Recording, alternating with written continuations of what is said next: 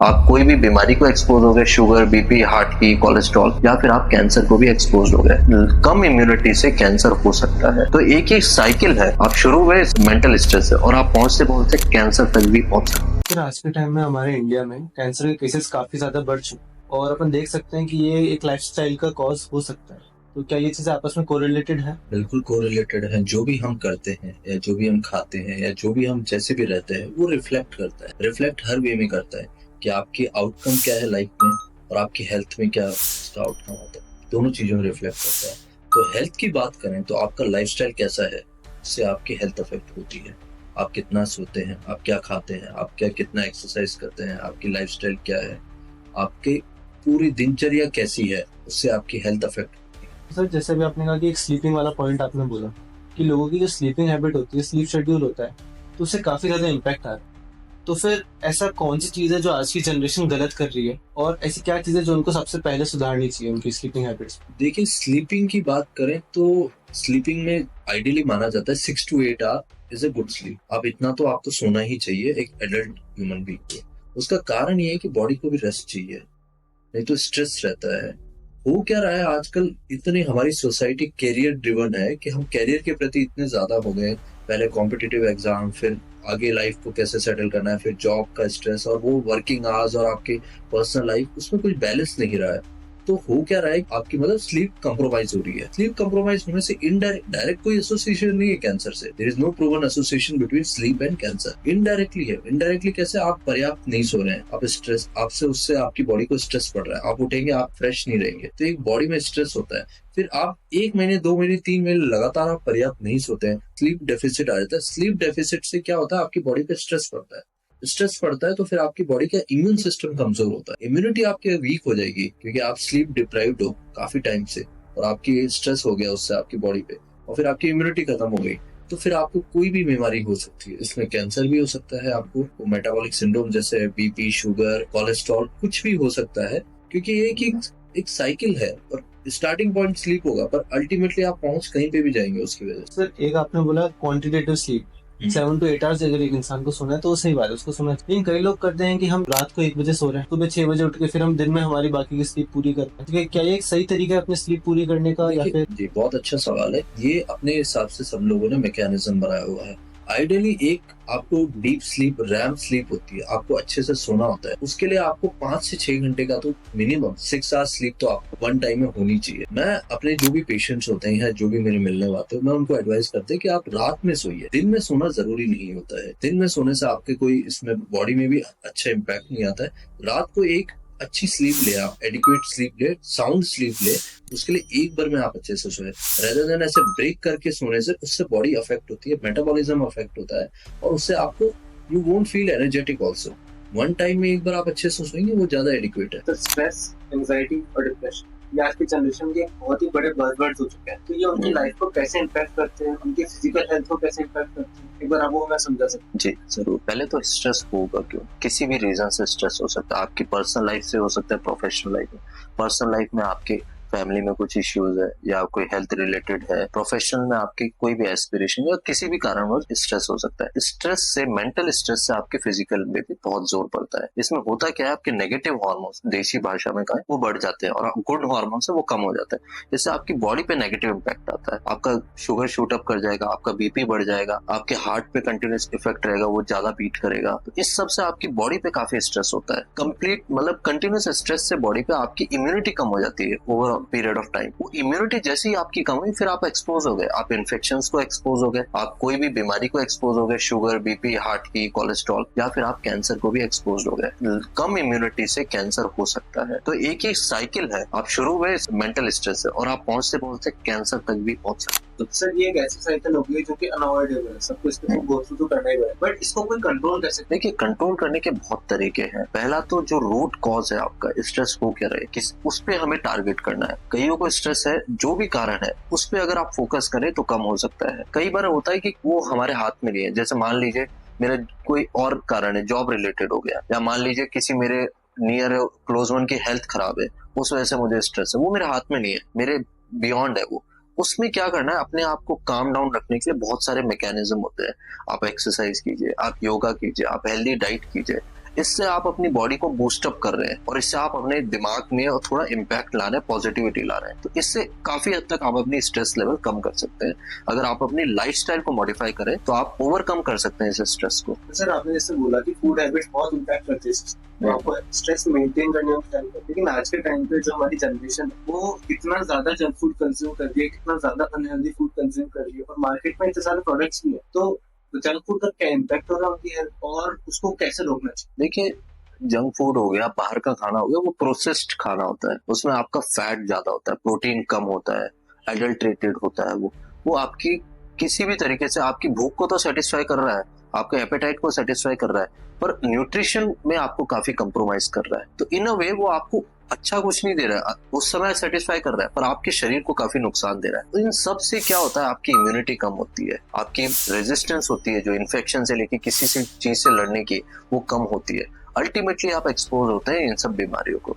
तो डाइट बहुत बड़ा फैक्टर है। अच्छी डाइट, हेल्दी डाइट, घर की डाइट, अवॉइड करना अननेसेसरी फूड, ऑयली फूड, और ये प्रोसेस्ड खाना है ना, ये तो कम्प्लीटली अवॉइड करना चाहिए। सर एक पॉइंट तो स्ट्रेस का हो गया, बट अकॉर्डिंग टू मी मेरे को लगता है कि आज के टाइम में जो एयर पोल्यूशन वो सबसे बड़ा कॉज है हेल्थ को इम्पैक्ट कर। तो एयर पोल्यूशन अपन कहीं पे भी जाए, किसी भी कंट्री में जाए, वो तो काफी ज्यादा बढ़ रहा है और अभी एक्चुअली काफी ज्यादा बढ़ा हुआ। तो फिर ये कैंसर पे क्या इफेक्ट कर? बहुत अच्छा सवाल है। ये एक अनअवॉइडेबल सिचुएशन है, ये आपके मेरे हाथ में, ये गवर्नमेंट लेवल पे है।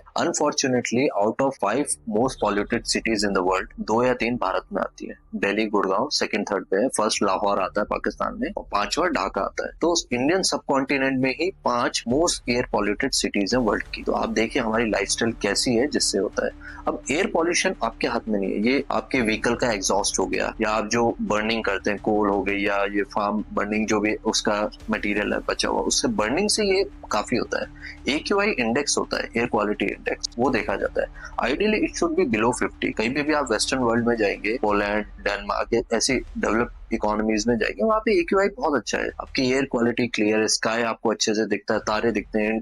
जयपुर में तो तारे दिखना बंद हो गया, इतना ज्यादा पॉल्यूशन है। तो हमारे यहाँ पे एवरेज AQI 150-200 के आवाज रहता है कि हम मतलब 3 गुना खराब एयर ले रहे हैं। अब इससे होता क्या है, आज कुछ नहीं हो रहा मुझे, पर मेरी लाइफ एक्सपेक्टेंसी कम हो जाएगी। इंडिया की लाइफ एक्सपेक्टेंसी अराउंड 60-67 के बीच में, 60 से 70 के बीच में है, थोड़ा बहुत फ्लक्चुएट करता रहता है। जापान में 90 है, 100 के आसपास जा रहे हैं। वो क्यों जा रहे हैं? क्योंकि वो अलग सोसाइटी, वो अलग ड्रिवन है, वहां पे पब्लिक व्हीकल ज्यादा यूज करते हैं, यहाँ हर कोई अपना व्हीकल यूज करता है। तो एट अ गवर्नमेंट लेवल हमें काफी स्टेप ले लें, फिर उसको हमें ड्राइव बना के एज अ सोशल हमें उस पर काम करना है कि सोसाइटी समझे कि हो क्या रहा है। दिल्ली में ये हालत हो जाती है दिवाली के आसपास, जब वो पराली जलाते हैं, ये सब स्कूल्स बंद करने पड़ जाते हैं। तो ये बहुत बड़ा फैक्टर है। कैंसर से कैसे लिंक है? बिल्कुल लिंक है, क्योंकि आपके ये डीजल एग्जॉस्ट होते हैं, आपके सिलिका होते हैं, रेडॉन होते हैं, काफी इवन आपके ये जो भी पाइप्स होते हैं, AC के पाइप्स होते हैं, ये सब, इन सब से इतना एग्जॉस्ट निकलते हैं, इतने केमिकल्स निकलते हैं और हार्मफुल होते हैं कि वो आपको कैंसर रिस्क देते हैं। तो नॉर्मल से अब 4 गुना वैसे ही हम कैंसर रिस्क में हैं, अगर हम, क्योंकि इतनी अफेक्टेड एयर हम इनहेल कर रहे हैं, तो हमारा कैंसर रिस्क वैसे ही नॉर्मल से 4 गुना हो गया as compared to western world. तो इस पे हमारे लेवल पे हम क्या कर सकते हैं? हम ये कर सकते हैं कि हम थोड़ा इसको समझे, मास्क पहने जब अगर एयर पॉल्यूशन वगैरह ज्यादा हो, जब, और ये सोसाइटी के लेवल पे एक ड्राइव लें कि हम पब्लिक व्हीकल यूज करें, पर्सनल कम करें, बर्निंग वगैरह ये सब है उन सब पे काम करें।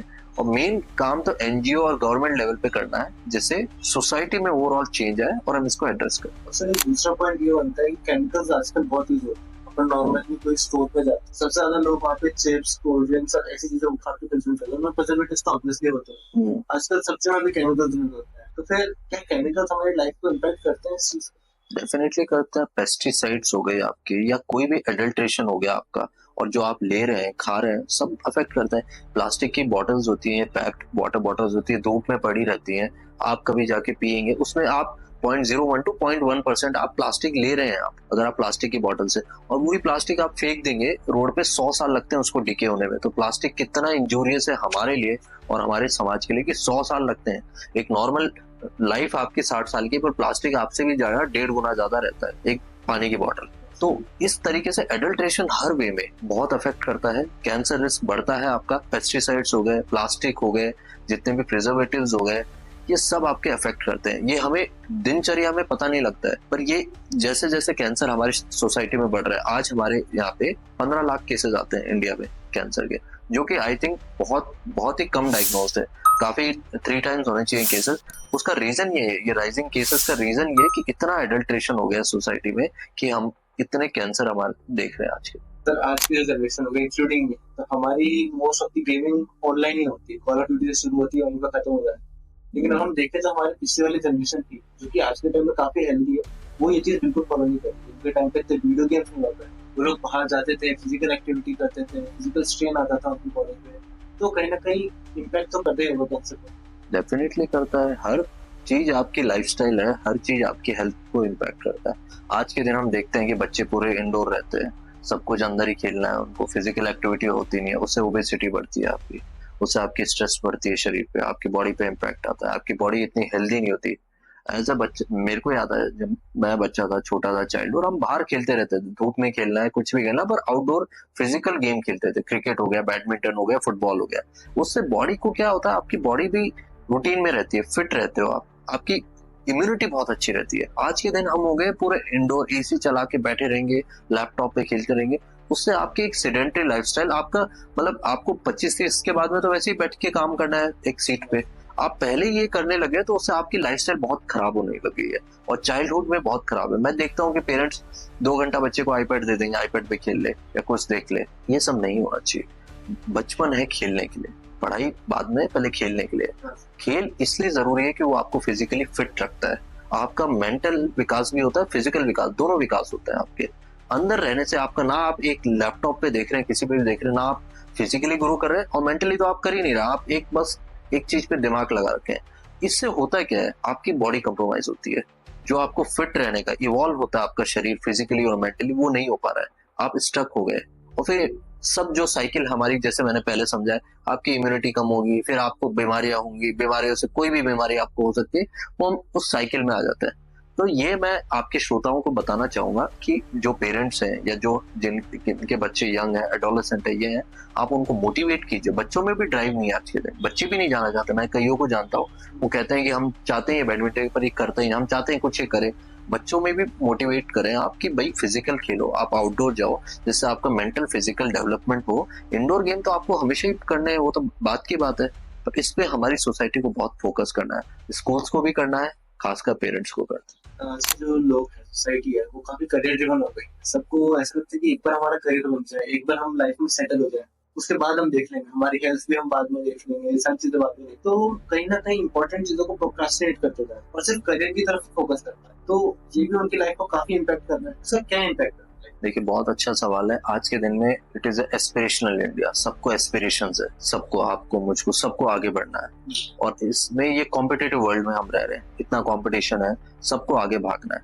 और उसमें क्या पीछे रह गया, आगे भागने के चक्कर आपकी हेल्थ पीछे रह गई है, आपके ह्यूमन वैल्यूज पीछे रह गई है, आपकी पर्सनल लाइफ पीछे रह गई है, सोसाइटी पीछे रह गई है। इससे बहुत बड़ा इम्पैक्ट आता है, बहुत बड़ा इम्पैक्ट आता है। अभी आप कैरियर के पीछे भागे, आपकी लेट शादी होना, फर्स्ट चाइल्ड बर्थ लेडीज में लेट होना, इतनी चीजों से आप कैंसर का रिस्क बढ़ जाता है, खासकर लेडीज में लेट शादी होना, लेट फर्स्ट चाइल्ड बर्थ होना, ब्रेस्ट कैंसर 4 to 6 टाइम बढ़ जाता है आपका। आप 2 बजे आपका लंच टाइम होता है, आप 4 बजे करिए, आपकी इम्यूनिटी कम हो रही है। मतलब कई मैं लोगों को देखता हूँ हॉस्पिटल में आते हैं, वो ब्रेकफास्ट नहीं करके आते हैं, डायरेक्टली आ जाते हैं वो। इससे क्या होता है, आप कितनी बीमारियों को, और हॉस्पिटल नहीं, आप इवन अगर आप प्राइवेट जॉब पे भी जाते हैं, आप खाली पेट जाओ या 4 बजे खाओ, आप टाइमली खाना नहीं खाओगे, पर्याप्त पानी नहीं पियोगे, आपकी इम्यूनिटी कम होगी, टीबी से लेके कोई भी इन्फेक्शन हो सकता है, कोई भी मेटाबॉलिक सिंड्रोम हो सकता है, आगे चल के कैंसर हो सकता है। तो ठीक है, एस्पिरेशन सबको आगे बढ़ना है, सबको सक्सेसफुल होना है, बट किस लिए होना है, लाइफ तो रहे तभी होना है ये, तो उसको हमें बैलेंस करना बहुत जरूरी है।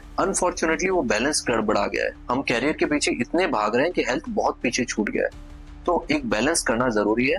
इंडिया में 60% यूथ है आज के दिन में, लेस देन 35 है, उनको ये सोचना है कि कैरियर बहुत जरूरी है, पर life at the same time है। आप जो अचीव कर रहे हैं वो आप एंजॉय करने लायक तो रहे, तो बेसिक उस पे है। तो ये बैलेंस ठीक है, थोड़ा बहुत ऊपर नीचे होता है 2-5 दिन, पर उस इतना गड़बड़ाने से फिर वो फायदा नहीं है ना लाइफ का।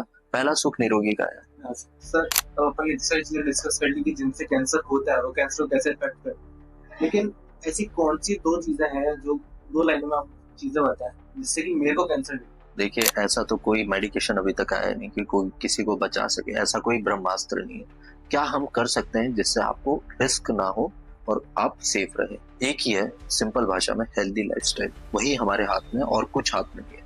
बॉडी में क्या चेंजेस होते हैं हमारे हाथ में नहीं है, किसी को भी म्यूटेशन हो सकता है, किसी को भी कोई भी बीमारी आज के दिन हो सकती है। बड़ी अनप्रिडिक्टेबल लाइफस्टाइल है, पर हम टाइम से खाएं, टाइम से पिए और सेफ खाना खाएं, बाहर का नहीं खाएं, अडल्ट्रेशन नहीं करें, टाइम से हम सोएं, अच्छी लाइफस्टाइल फॉलो करें, प्रॉपर हम स्ट्रेस को मैनेज करें, योगा करें, फिजिकल एक्टिविटी करें, 15 से 20 मिनट हम डेली ब्रिस्क वॉकिंग करें, या 40-50 मिनट हफ्ते में एक बार अच्छे से कोई गेम खेलें।